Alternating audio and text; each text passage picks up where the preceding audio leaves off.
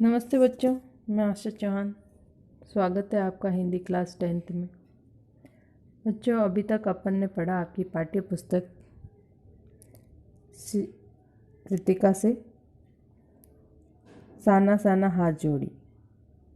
देखते हैं अब इसके प्रश्न उत्तर। पहला प्रश्न है, झिल मिलाते सितारों की रोशनी में नहाया गंगटोक यानी गैंगटॉक लेखिका को किस तरह सम्मोहित कर रहा था? उत्तर है, झिल मिलाते सितारों की रोशनी में नहाया गैंगटॉक शहर सिक्किम की राजधानी है। इसकी सुंदरता सुबह, शाम और रात को देखते ही बनती है।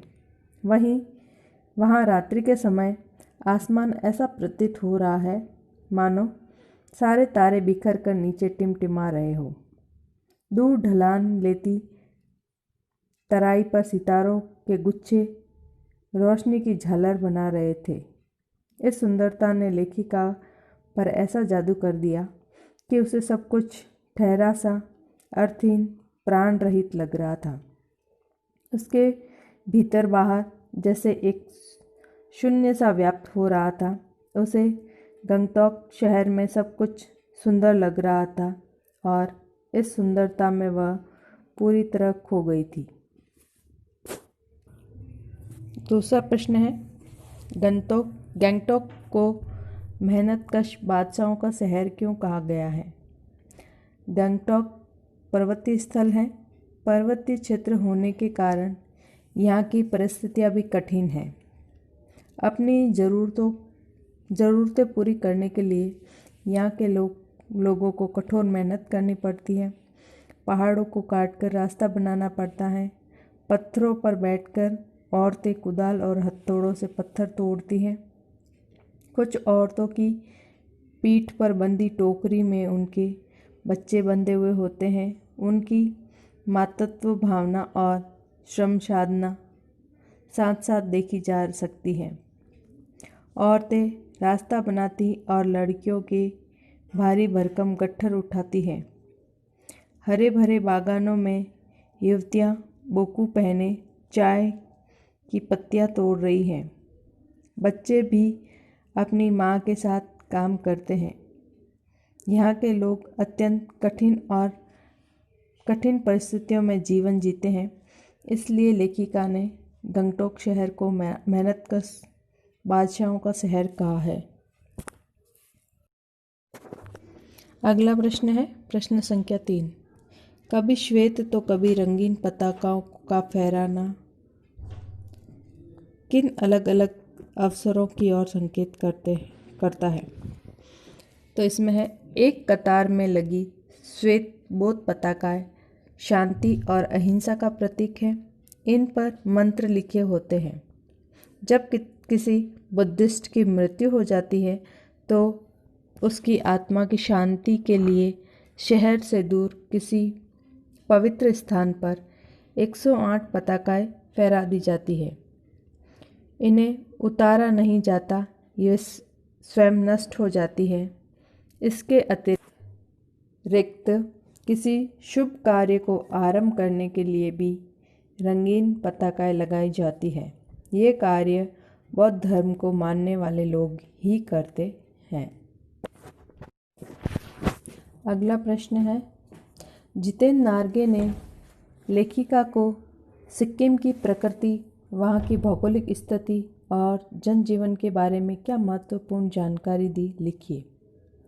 जितेन नार्गे उस जीप का ड्राइवर था जिसके द्वारा लेखिका सिक्किम की यात्रा कर रही थी, परंतु वह ड्राइवर की अपेक्षा गाइड की भूमिका अधिक निभा रहा था।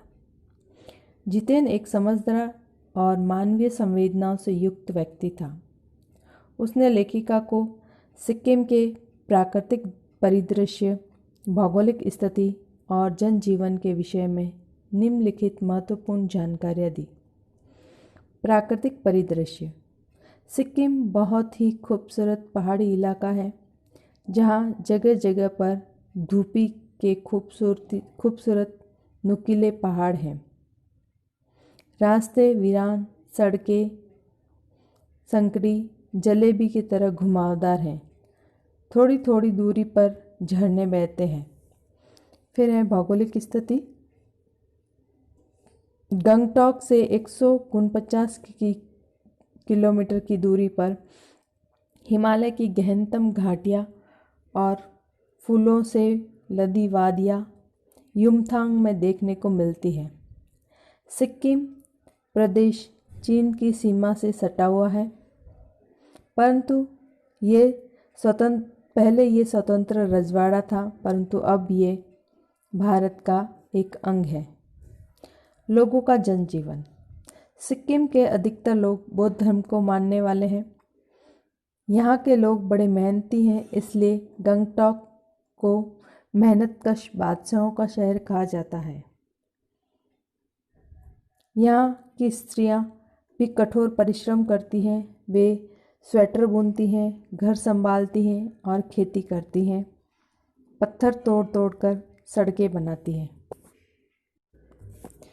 वे चाय की पत्तियाँ चुनने बाग में जाती हैं। कई बार बच्चों को पीठ पर बंदी डोकों बड़ी टोकरी में अपने साथ रखती हैं।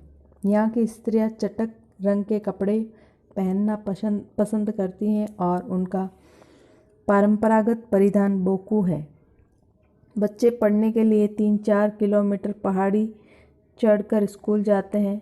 शाम को वे अपनी माताओं के साथ काम करते हैं। उनका जीवन बहुत ही श्रमसाध्य है। अगला प्रश्न संख्या 5। लॉन्गस्टॉक में घूमते हुए चक्र को देखकर लेखिका को पूरे भारत की आत्मा एक सी क्यों दिखाई दी? लॉन्गस्टॉक में घूमते चक्र के बारे में जितेन ने बताया कि ये धर्म चक्र है। इसको घुमाने से सारे पाप धुल जाते हैं।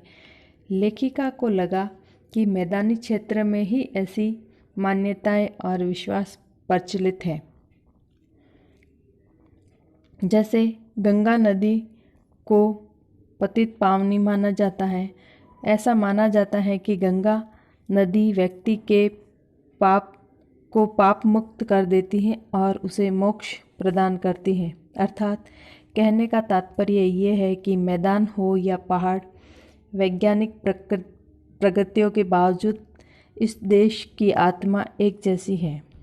यहाँ के लोगों की आस्थाएं, अंधविश्वास, पाप पुण्य की अवधारणाएं और कल्पनाएं एक जैसी हैं। जितेन नार्गे की गाइड की भूमिका के बारे में विचार करते हुए एक कुशल गाइड के क्या गुण होते हैं? जितेन नार्गे एक कुशल गाइड है। वह गाइड कम ड्राइवर है। वैसे तो पर्यटक वाहनों में ड्राइवर और गाइड अलग अलग होते हैं, परंतु गाइड के ड्राइवर होने से आवश्यकता पड़ने पर वह ड्राइवर की भूमिका निभा सकता है। एक कुशल गाइड को अपने क्षेत्र की प्राकृतिक और भौगोलिक स्थिति, विभिन्न स्थानों के महत्व और उनसे जुड़ी रोचक जानकारी का ज्ञान होना चाहिए। जैसा कि जितेन ने किवी लॉन्गस्टॉक में गाइड फिल्म की शूटिंग होने की जानकारी दी। इससे पर्यटकों का मनोरंजन होता है और उनकी उस स्थान के प्रति रुचि बढ़ जाती है। जितेन यद्यपि नेपाली है, लेकिन उसे सिक्किम के जनजीवन, संस्कृति और धार्मिक मान्यताओं का पूरा ज्ञान है। वहाँ की कठोर जीवन स्थितियों से भी वह भली भांति परिचित है। ये एक कुशल गाइड के आवश्यक गुण हैं।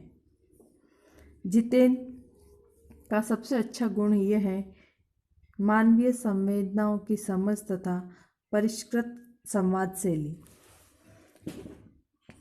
वह सिक्किम की सुंदरता का गुणगान ही नहीं करता, वहाँ के लोगों के दुख दर्द के बारे में भी लेखिका से बातचीत करता है।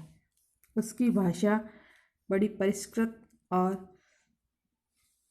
संवाद का ढंग अपनत्व से पूर्ण है। इस प्रकार एक गाइड में आत्मविश्वास और पर्यटन स्थल का पूर्ण ज्ञान होना आवश्यक है। साथ ही उसे व्यवहार कुशल, मृदुभाषी और अपनेपन से आकर्षित करने वाला होना चाहिए। अगला प्रश्न है, इस यात्रा वृत्तांत में लेखिका ने हिमालय के जिन जिन रूपों का चित्र खींचा है उन्हें अपने शब्दों में लिखिए। इस यात्रा वृत्तांत में लेखिका ने हिमालय के पल पल परिवर्तित होते रूपों के बारे में लिखा है। हिमालय को देखकर लेखिका की आत्मा और आंखें दोनों तृप्त हो जाती हैं, क्योंकि हिमालय का पल पल में परिवर्तित होता रूप हर कोण से अलग अलग दिखाई देता है। जैसे जैसे ऊंचाई पर चढ़ते चढ़ते हिमालय विशाल से विशालतम होता गया, छोटी छोटी पहाड़ियाँ विशाल पर्वतों में बदलने लगी, घाटियाँ गहराती हुई पाताल नापने लगती है,